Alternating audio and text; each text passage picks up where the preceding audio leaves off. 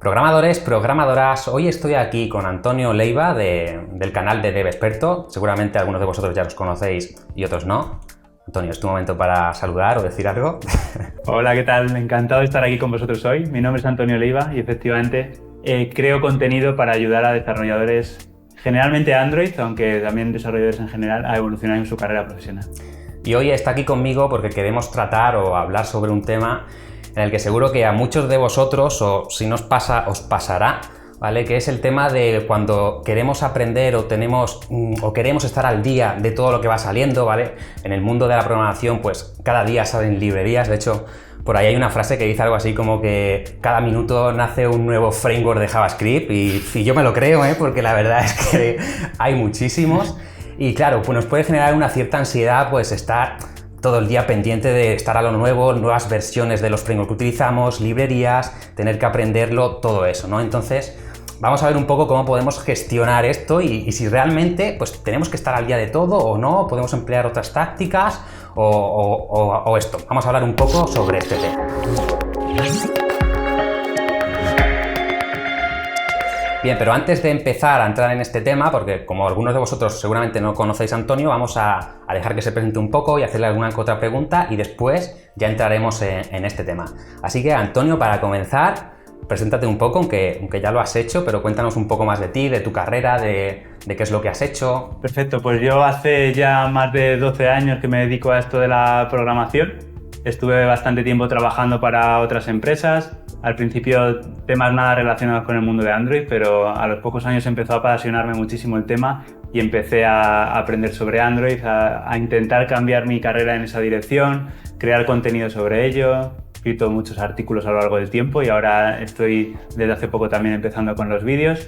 Y lo que llegó un momento a mi vida fue la oportunidad de empezar a ayudar a otras personas también a formarse como yo lo había hecho, sobre todo porque descubrí un lenguaje había un lenguaje que se llamaba Kotlin, que empecé a utilizarlo de los primeros en el mundo del desarrollo Android y gracias a eso pues surgió la oportunidad de empezar a dar formaciones en empresas. También escribí un libro relacionado con el tema y poco a poco he ido virando de trabajar en empresas a dedicarme a formar a otras personas y a día de hoy ya me dedico al 100% a ello. Y ahora que mencionas esto de las formaciones y demás, estás certificado por JetBrains en el lenguaje Kotlin precisamente. Es que el libro que escribí relacionado con Kotlin fue en realidad el primer libro que existió en el mundo sobre Kotlin, porque lo escribí cuando todavía no existía, no existía ni la versión beta del lenguaje, y entonces pues siempre he tenido como esa cercanía con JetBrains. Por ejemplo, cuando iba a publicar el libro lo revisaron ellos para asegurarse de que no había metido ahí nada extraño. También siempre he tenido ahí esa cercanía con ellos, y cuando surgió la oportunidad de ser partner de formación, porque abrieron esa posibilidad, pues ahí estuve el primero para certificarme con ellos y poder dar formaciones que certifican ellos por tu cuenta también. Y en tu canal de YouTube, en tus redes, en tus formaciones siempre se escucha mucho Kotlin, Kotlin, Kotlin. Y yo creo que mucha gente me pregunta, ¿sabes programar en Java o has hecho aplicaciones en Java antes de Kotlin? ¿O lo sigues utilizando alguna vez sin decírselo a nadie realmente? ¿O? A día de hoy, desde que me dedico a formación, no, pero tengo que decir que hasta hace 2 años que estuve trabajando en empresas, en la última empresa en la que trabajé no conseguí que usáramos Kotlin. Estuvimos trabajando todo el tiempo en Java y tenía esa doble vida, ¿no? Por la mañana trabajaba en Java y por las noches me dedicaba a aprender Kotlin para enseñárselo a los demás. Después también, por otro lado, eres también Google Developer Expert en Kotlin, ¿no? ¿O en qué exactamente? En Kotlin. Sí, exacto. ¿Y cómo se llega a conseguir eso? Pues normalmente para ser Google Developer Expert en cualquier ámbito, porque hay distintas especialidades en función de a lo que te enfoques, pues alguien dentro ya del programa te tiene que recomendar. En mi caso fue una persona de Google, una Developer Advocate que lleva siguiéndome bastante tiempo en mi evolución y tal, y que le pareció buena idea que formara parte del grupo, así que me lo propuso.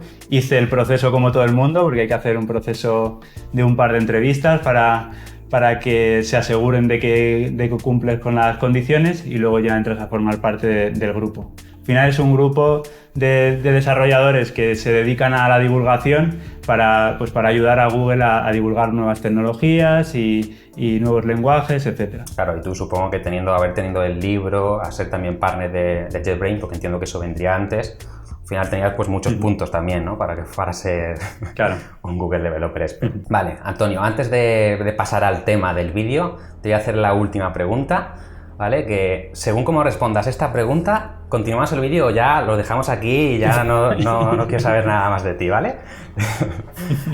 ¡Qué miedo!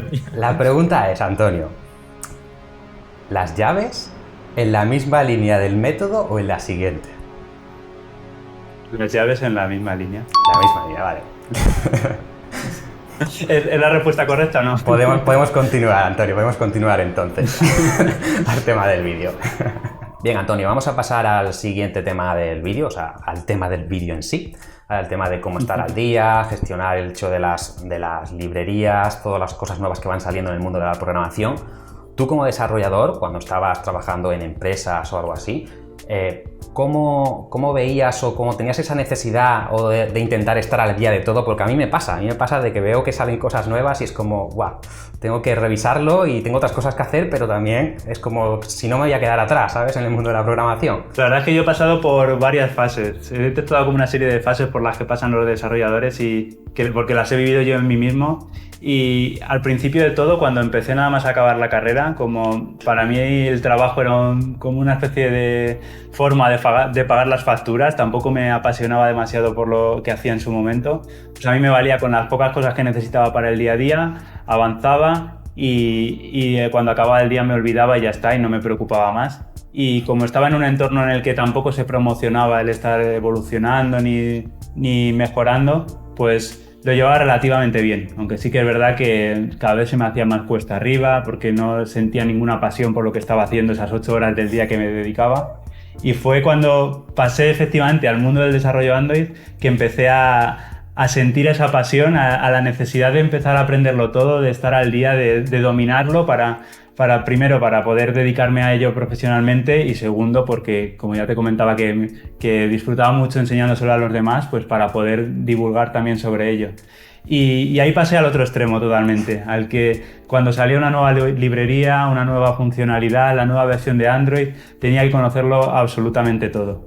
Y pasé de estar tranquilo, pero que no me emocionaba lo que hacía, a estar apasionado, pero agobiadísimo, porque me dedicaba, yo qué sé, a lo mejor 15 horas al día entre el trabajo y lo que luego aprendía por las tardes y por las noches, y mi cerebro no descansaba nunca de aprender, ¿no?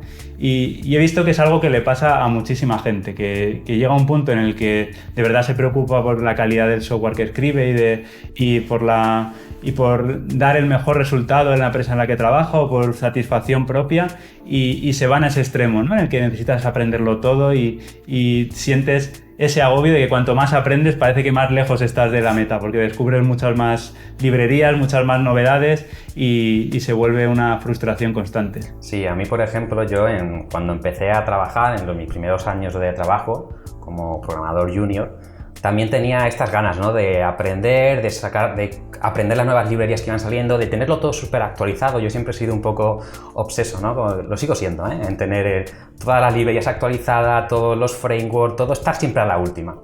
Y en el entorno de trabajo que tenía, pues no era... Me dejaban que fuera actualizando y fuera investigando cosas nuevas y demás, pero no necesitábamos hacerlo, digamos. Digamos que teníamos una versión estable del producto, no hacía falta ir más allá, ¿no? Y a mí siempre me quedaba la cosita esa de que quiero hacer algo más. Y al final siempre estaba yo haciendo más de la cuenta, ¿sabes? Para poder llegar a ese hacer algo más. Y sí es verdad que llega un momento en que te agobias y dices, guau, pero esto es que se nos va de horas por un lado, como tú dices, y por otro también es que cuanto más sabes, pues eso, ves que hay más todavía y que no vas a llegar nunca, porque es así, no vamos a llegar nunca a saberlo todo lo que va saliendo es imposible. Después de esto, después de tú darte cuenta de que no ibas a llegar nunca, ¿cómo empezaste a gestionarlo? ¿Cómo empezaste a pensar de otra manera? ¿O qué hiciste? ¿Hiciste algo? ¿Cambiaste algo? Sí, pues la verdad que hubo un momento que me llegué incluso a quemar y hubo una época en que prácticamente lo paré todo, pero cuando decidí volver con una estrategia un poco más inteligente, por llamarlo de alguna forma, empecé a ver lo primero, qué era lo que estaban demandando realmente las empresas en el sector, porque muchas veces nos obsesionamos por estar al día, pero luego cuando vamos a una empresa a trabajar, sobre todo si es de producto, esas empresas pues tienen ya sus arquitecturas montadas con sus librerías, etcétera, y no vas a entrar a usar la última librería. Claro, si te dicen que tienes que programar en PHP 5 lo tienes que hacer porque así es como lo tienen todo montado. Sí. Y empecé a fijarme mucho en las personas pues, que más destacaban dentro del sector, que estaban virando hacia otra forma de entender las cosas, no tanto el que un producto funcione y ya está, sino en crear sistemas, arquitecturas más complejas que pudieran soportar las nuevas demandas que estaba teniendo el mundo móvil en el mercado, en mi caso, porque sí que es verdad que hace unos años las aplicaciones Android eran, o cualquier aplicación, incluso las webs, aunque quizá eso estaba ya un poco más evolucionado, pero eran aplicaciones muy sencillas, que hacían cosas muy simples, pero hoy en día ya tenemos software en los dispositivos que puede competir con una aplicación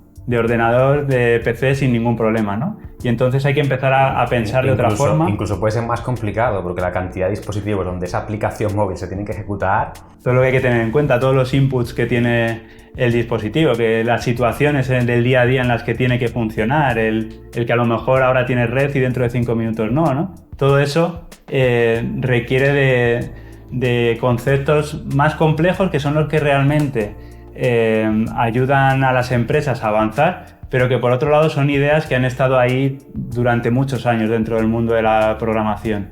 Temas pues, más relacionados con lo que hablábamos, pues, con arquitectura, calidad de software, código limpio, principios de diseño, los principios SOLID que a lo mejor le suena a mucha gente de tu comunidad. Todo ese tipo de cosas son mucho más vitales para que el producto salga adelante y normalmente no nos centramos tanto en ellas. Nos centramos más en entender cómo funciona el framework con el que estamos trabajando o los dispositivos a los que o los dispositivos a los que estamos programando y nos olvidamos de toda esta parte que realmente es la que aporta valor al producto. A mí me pasa mucho de que vienen mis seguidores y me dicen ¿qué framework aprendo? ¿React o Angular? No sé qué, y a lo mejor todavía no sabes bien JavaScript o no tienes las bases de JavaScript o de cómo montar una arquitectura de software buena o de crear código de calidad, que son cosas mucho más importantes que se van a extender mucho más en el tiempo, porque al final Angular y React, mañana puede que salga otra, porque como dije al principio, cada minuto sale uno nuevo en JavaScript, puede que salga otra que lo venga a sustituir y adiós todo lo que has aprendido. De hecho, tengo un ejemplo muy bueno, una mini historia respecto a esto, y es que hace unos cuantos años tenía un becario de programación y él no sabía nada de programación web, ¿vale? Venía, pues sí que sabía pues Java y otros lenguajes, pero de programación web no. Y en ese momento nuestro producto estaba hecho con Angular. Y entonces yo a este becario pues le enseñé Angular y sabía hacer Angular pues perfectamente, era un clon mío de hacer Angular. Y llegó un día en que teníamos que hacer una página web, una landing, o sea, una página web súper sencillita que lo único que tenía que hacer era, aparte de la web en sí, abrir un modal, ¿vale? Tenía que abrir un modal para reproducir un vídeo, me parece que era, o un formulario o algo así, ¿no? Entonces yo le dije, oye, hazte esto en un momento, haz la página esta, que tan solo tienes este modal, que eso son pues un par de funciones en JavaScript, pues una para abrirlo y otra para cerrarlo. Ya está, lo más simple del mundo. Pasan unas cuantas horas, voy a ver cómo lo lleva y demás, y digo, pero ¿cómo estás tardando tanto? No puede ser que todavía estés con esto, ¿sabes? Y resulta que el tío estaba montando un proyecto Angular entero. Claro, Angular es un framework súper complejo, con muchas cosas, y estaba montando entero para hacer una simple landing súper sencilla. Y decía, ¿pero a dónde vas? No merece la pena hacer esto. Y me dice, entonces, ¿cómo lo hago? Porque no se le imaginaba, no tenía las bases del lenguaje por sí solo, y entonces, claro, se le hacía un mundo pensar que había otras posibilidades, porque no sabía lo que es la base, ¿no? Es lo que estamos aquí comentando. Y que luego muchos de estos frameworks se basan en conceptos de arquitecturas, de principios para aislar ciertas partes del framework para que no afecten a otras, están montados de forma que se puedan testear de manera sencilla, y si todos esos conceptos ya los tienes claros para aplicar a una tecnología, cuando te quieras mover a otra va a ser mucho más sencillo. Claro. Hablabas de React, por ejemplo, pues si conoces programación reactiva en cualquier otro entorno, pues seguramente cuando te vayas a React te sea mucho más sencillo que si tienes que entender cómo funciona desde cero y nunca has visto antes ese concepto de programación reactiva. Y Antonio, yo sé que tú la semana que viene vas a lanzar un programa o un training gratuito, que lo llamas la Semana Coders, donde vas a explicar o vas a dar más bien el patrón o la hoja de ruta de qué cosas son realmente importantes aprender o en qué orden también deberíamos de aprender los programadores, cualquier tipo de programador. Esto se aplica a cualquier tipo de programador al fin y al cabo. Y nos cuentas un poco cuáles son o cómo lo vas a enseñar en ese programa o exactamente cuáles son los pasos que vas a enseñarnos a priorizar o qué es lo más importante. Sí, pues un poco basado en toda esta experiencia que tuve yo y el proceso que seguí, quise crear un pequeño método para que la gente que quiera hacer lo mismo lo pueda hacer en mucho menos tiempo, y de ahí surgió la idea de la Semana Coders. Va a ser una semana de formación gratuita donde voy a contar esos pasos que a mí me ayudaron. Los pasos en los que consiste lo he llamado el método SEAT, por ponerle un nombre así bonito, que las siglas significan ciertas cosas. La primera sería la parte de solidificar, es decir, que al principio empezamos a lo mejor con el código que lo tenemos todo acumulado en ciertas clases muy grandes, y la idea de solidificar, que viene un poco de los principios SOLID, es la de aprender cuáles son las herramientas y los principios, los patrones para organizar nuestro código de forma que luego nos sea mucho más fácil seguir aplicando el resto de conceptos y el resto de ideas que ya empiezan a ser un poco más avanzadas. Entonces esta primera parte consiste en eso, en patrones de diseño, en tema de calidad de código, de código limpio, sobre todo porque muchas veces nos pasamos más tiempo, bueno, esto se dice siempre, ¿no?, que nos pasamos más tiempo leyendo código que escribiéndolo, y es importante que el código sea fácil de entender. Y una vez que ya hemos aprendido todos estos conceptos, vendría la segunda parte, que es la de extraer. Ya tenemos el código organizado en nuestras clases, pero ahora lo que queremos es, normalmente lo más importante en este punto es separar la parte de la vista, lo que ve el usuario, del resto de la lógica de negocio. Y para ello se suelen utilizar patrones de presentación, en algunos sitios se llaman patrones de arquitectura, muchos seguramente os sonarán como MVC, MVP, MVVM, y que lo que hacen es eso, el desacoplar la vista del resto de la lógica para que no dependamos de esa parte y podamos escribir nuestra lógica de forma mucho más coherente, más sencilla y más reutilizable. Una vez que hemos pasado ese punto, el siguiente sería la A de arquitectura. Ya montaríamos una arquitectura más completa. Hay personas que llaman a los patrones anteriores patrones de arquitectura, pero en realidad nos estaríamos dejando mucha parte de nuestro código sin organizar si no aplicamos una arquitectura específica.